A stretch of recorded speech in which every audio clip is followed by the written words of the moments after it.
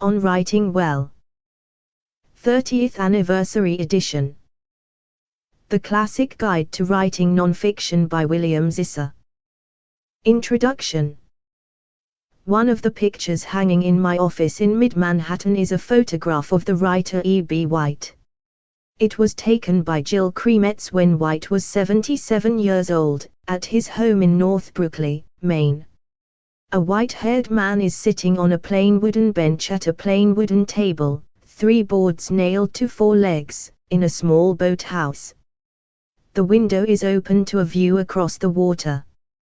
White is typing on a manual typewriter, and the only other objects are an ashtray and a nail keg. The keg, I don't have to be told, is his wastebasket. Many people from many corners of my life, writers and aspiring writers, students and former students, have seen that picture. They come to talk through a writing problem or to catch me up on their lives. But usually it doesn't take more than a few minutes for their eye to be drawn to the old man sitting at the typewriter. What gets their attention is the simplicity of the process. White has everything he needs: a writing implement, a piece of paper, and a receptacle for all the sentences that didn't come out the way he wanted them to. Since then, writing has gone electronic. Computers have replaced the typewriter, the delete key has replaced the wastebasket, and various other keys insert, move and rearrange whole chunks of text. But nothing has replaced the writer.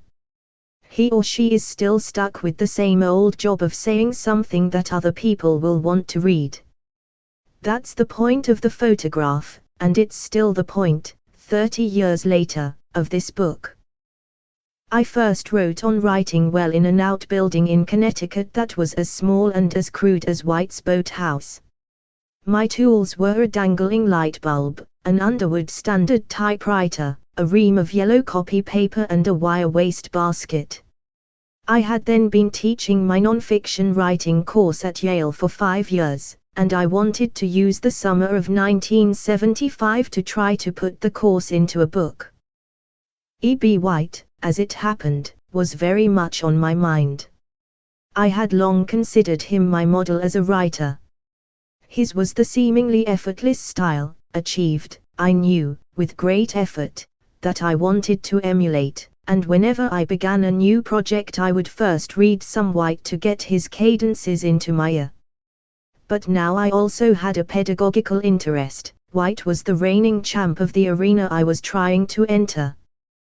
The Elements of Style, his updating of the book that had most influenced him, written in 1919 by his English professor at Cornell, William Struck Jr., was the dominant how-to manual for writers.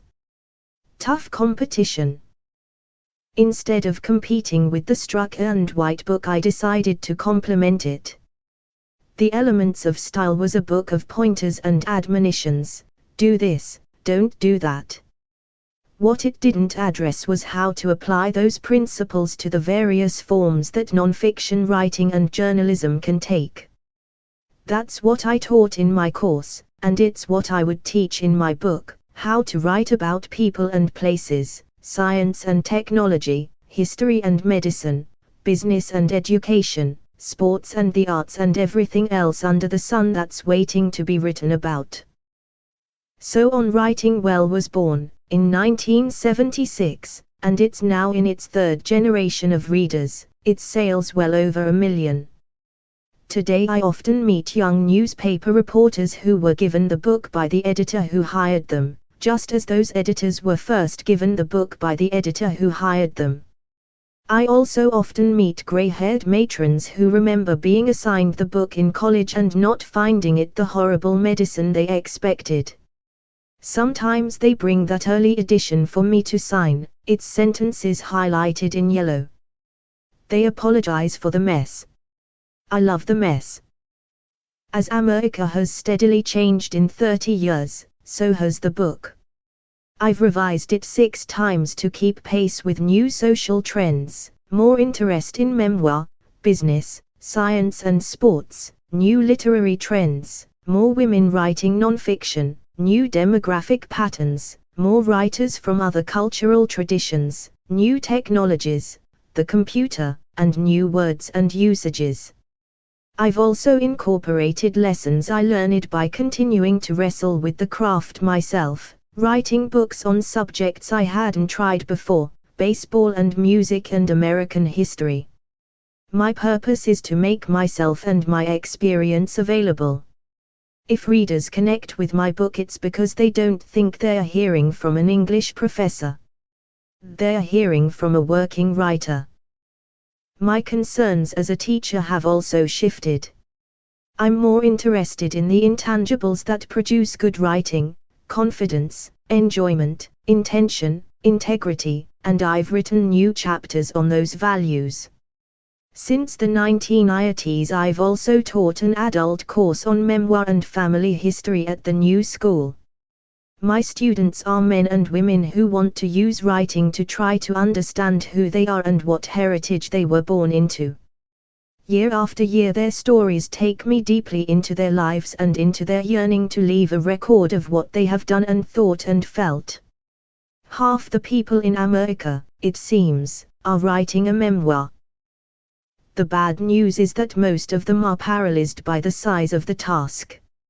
How can they even begin to impose a coherent shape on the past, that vast sprawl of half-remembered people and events and emotions? Many are near despair. To offer some help and comfort, I wrote a book in 2004 called Writing About Your Life. It's a memoir of various events in my own life, but it's also a teaching book. Along the way, I explain the writing decisions I made. They are the same decisions that confront every writer going in search of his or her past, matters of selection, reduction, organization and tone. Now, for this 7th edition, I've put the lessons I learned into a new chapter called Writing Family History and Memoir. When I first wrote on writing well, the readers I had in mind were a small segment of the population: students, writers, editors, teachers and people who wanted to learn how to write. I had no inkling of the electronic marvels that would soon revolutionize the act of writing. First came the word processor, in the 1980s, which made the computer an everyday tool for people who had never thought of themselves as writers. Then came the internet and email, in the 1990s, which continued the revolution. Today everybody in the world is writing to everybody else, making instant contact across every border and across every time zone. Bloggers are saturating the globe. On one level, the new torrent is good news. Any invention that reduces the fear of writing is up there with air conditioning and the light bulb. But, as always, there's a catch. Nobody told all the new computer writers that the essence of writing is rewriting. Just because they're writing fluently doesn't mean they're writing well. That condition was first revealed with the arrival of the word processor. Two opposite things happened: good writers got better and bad writers got worse. Good writers welcomed the gift of being able to fuss endlessly with their sentences, pruning and revising and reshaping, without the drudgery of retyping. Bad writers became even more verbose because writing was suddenly so easy and their sentences looked so pretty on the screen. How could such beautiful sentences not be perfect? Email is an impromptu medium, not conducive to slowing down or looking back. It's ideal for the never-ending upkeep of daily life. If the writing is disorderly, no real harm is done. But email is also where much of the world's business is now conducted. Millions of email messages every day give people the information they need to do their job, and a badly written message can do a lot of damage. So can a badly written website. The new age, for all its electronic wizardry, is still writing-based.